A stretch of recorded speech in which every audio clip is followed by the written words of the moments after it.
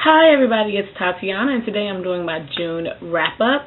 The month of June was a very good reading month. I did not think that I was going to get as much read as I actually did because the month of June was exceptionally busy. However, I managed to read 3.5 novels, 2 novellas, a graphic novel, and 2 audiobooks. So that's like a kick-ass month for me. I hope this trend continues. It really felt good to get so much read in one month. So I started the month reading Alliance Forged by Kylie Griffin. I had about maybe 40 or 50 pages left in this when the month of June started, and so I finished this and went to the third book and final book in the trilogy, which was Allegiance Sworn. I enjoyed this much more than I enjoyed the first 2 novels of this series. I do have a trilogy review for the series that I will upload later. I haven't had the chance to edit it yet because it was such a busy month in the month of June, but the review for these are coming soon. Then I read The Novice by Taran Matharu. I loved this. I gave it 4 out of 5 stars. I have posted my spoiler-free review of this, and I will put it in the description box below, but just a brief synopsis. It follows the story of Fletcher, who is the son of a blacksmith, and he ends up fleeing his hometown after summoning a demon and invoking the ire and wrath of some of his adversaries within his hometown. And when he flees, he runs to this academy for adepts who are able to summon demons so that he can learn and be used for the war that's going on in this world that is created here. This book was just awesome. The world building is great. The character development is great, and there's so much that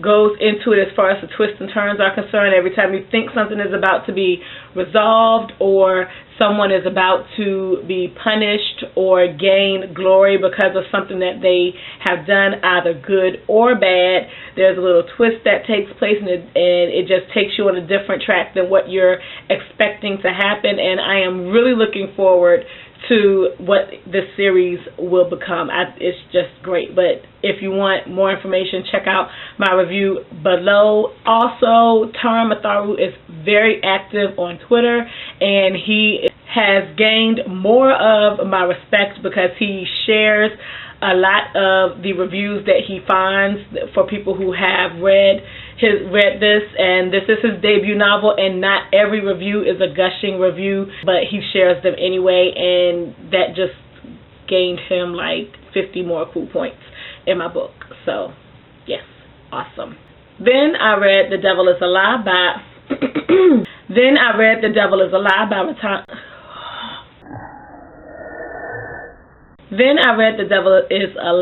by Rashonda Tate Billingsley. I have tried to say that like 5 times, and I just keep flubbering over it.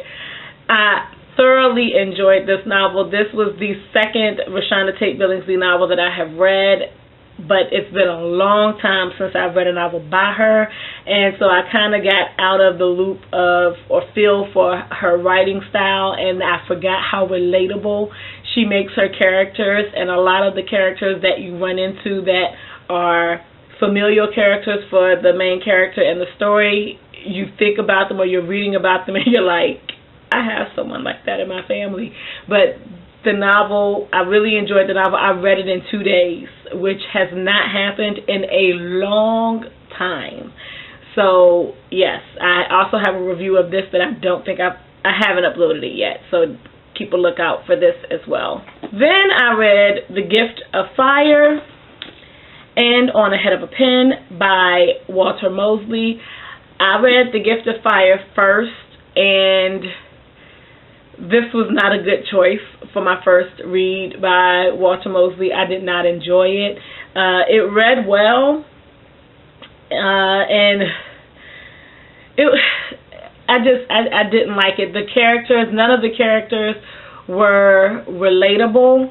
There's this element of Greek deity, the Greek pantheon, and it just seemed the way that Form and Prospect, which is the name that the Greek god gives to himself when he comes down to earth, is put forth, he's always very standoff from humanity, which in a way you expect from something that is supposed to be, or someone that is supposed to be this divine element or divine person who has come down to earth, but there is nothing that is relatable about him, and he's frequently referred to as the Olympian or the Greek god or the fallen god I'm like, damn, you acknowledged and set who he was at the beginning of the story. For the majority of the first part, I think it's split into 3 parts.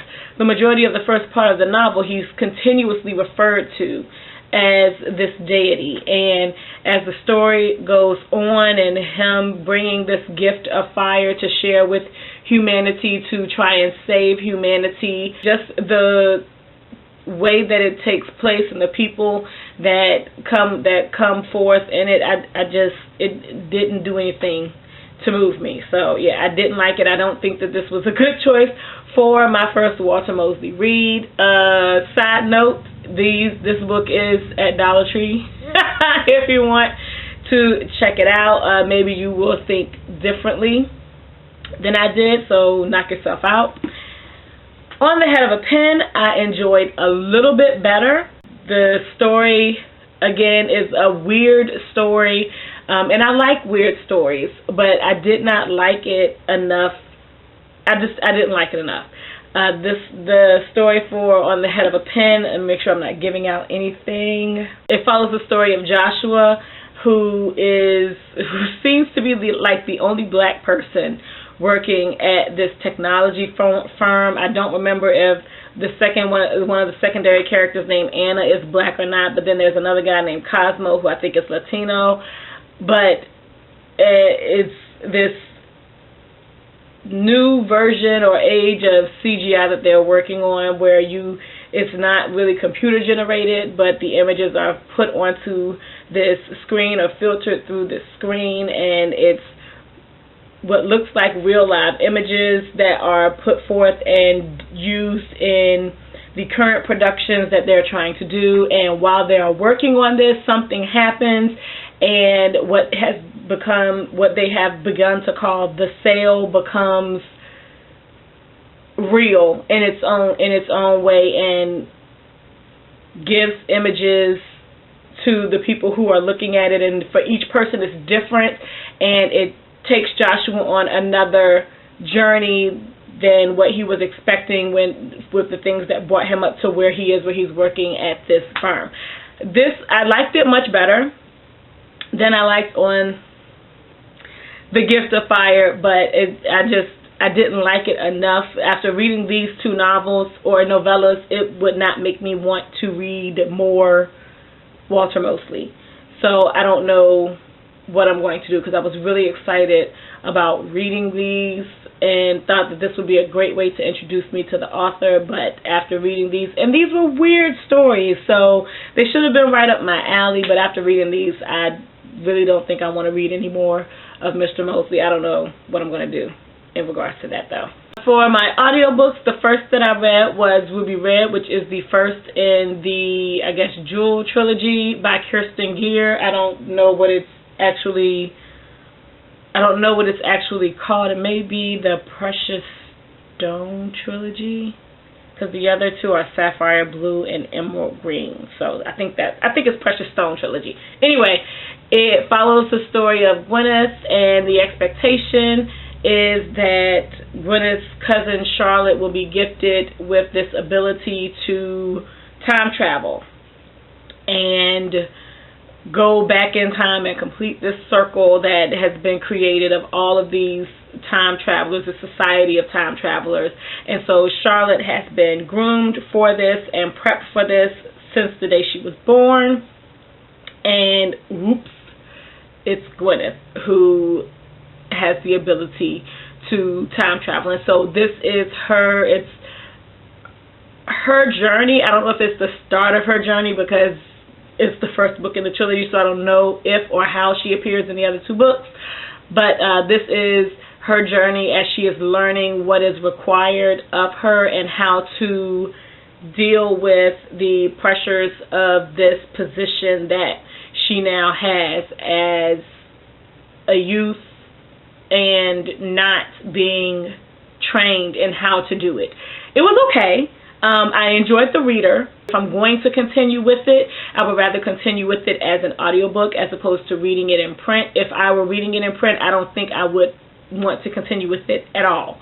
So yeah, it was just okay. I think I gave it 3 stars. It didn't grip me. There were some things that took place that were exciting or suspenseful that were good. The characters were interesting, but I don't know if the story and the premise is interesting enough for me to have wanted to continue with it were I reading it in print. The second audiobook that I read was Stormfront by Jim Butcher, and the only reason why I wanted to read it is because it is narrated by James Marsters. And if you don't know who James Marsters is, you suck. But he is Spike from Buffy the Vampire Slayer, and I absolutely love him.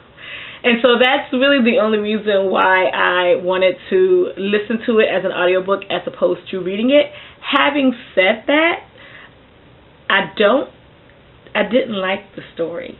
It is the first book in the Dresden Files, which is like a paranormal fantasy mystery series. So the paranormal fantasy is a positive for me as a reader.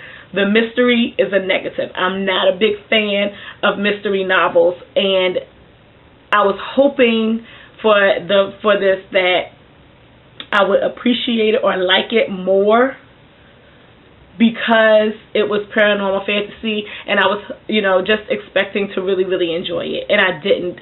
But I don't think that really had to do with the writing. I don't know. I didn't like the character of Harry Dresden. He seemed very chauvinistic or misogynistic, whichever one you want to choose. A lot of his interpretations and descriptions of women was like just the outer shell, and some of these women he knew they weren't people he was just meeting, but it was just, she was cute, she was pretty, she had long hair, she wore a short dress with her shapely legs shown, and I don't know if I didn't care about that side of him, then that was all that he really, really, really saw in these women. And some of the women just seemed really damsel in distressy, and some of them have experience in what was going on, and so it's just, at one point he was supposed to be running with the chick, and she couldn't get her shit together to run to save her life. She just kept falling on the floor and vomiting. Bitch, get up and puke while you're running, because you about to die. So that annoyed me. And there were some other things about it that I didn't really care for, but I am going to at least do 2 more novels, and I'm going to do them as well as audiobooks, because from what I have seen, what I read after reading the novel, is that there were quite a few people who felt kind of the same way after reading the first novel, that they weren't really impressed, but it gets better. And so I'm going to read at least 2 more to see if the gets better is enough to keep me hooked on the series. And the last book that I read was a graphic novel, and that was volume 4 of season 8 of Buffy the Vampire Slayer, which is Time of Your Life, which I thoroughly enjoyed. There's a time travel element in this as well, with the magic that Willow has, and I really enjoyed it. Again, it was weird. It is weird. It's Buffy, so it's going to be weird. And my dog just set up because I said her name. But it's going to be weird, and I really, really enjoyed this book. I have one more left that I already own, but I went ahead and ordered the rest of season 8 so that I could finish it. That's why I waited so long to read this, because I wanted to wait until I ordered the rest of season 8 so that by the time I hit number 5, I could go on with the other ones and finish out the season. So that is all that I read for the month of June, which again was a very good reading month for me. I am very pleased with what I got done. I really want to read some books that I have recently purchased. I got 3 books or 4 books and a graphic novel from the Book Riot Summer Reads book that I ordered, Summer Reads box that I ordered, and I think I really want to read those while it is summer so that, I don't know, I can say that I read them, but I've read something on track with when I purchased it other than The Novice, which I purchased and read immediately, and An Ember in the Ashes in the month of May. So I may, if I'm going to do a TBR, it will be those books, which are, I have that slip of paper in here somewhere. Hold on. Instructions for a Heat Wave by Maggie O'Farrell. The Fisherman by Chigozie Obioma. Lumberjanes Volume 1, which is a graphic novel, and A Few Seconds of Radiant Film Strip by Kevin Brockmeyer. So that's what I would like to read for the month of July. Whether or not I stick to that, again, who knows, because I'm presently just picked up Throne of Glass by Sarah J. Maas. So yeah, that's going to be read this month as well. So other than that, we will see what happens. Did you read a lot for the month of June? Did you read anything for the month of June? Put it in the comments below and talk to me. What do you plan to read for the month of July? Let me know, and I hope you all have a good weekend whenever you see this video. Peace out.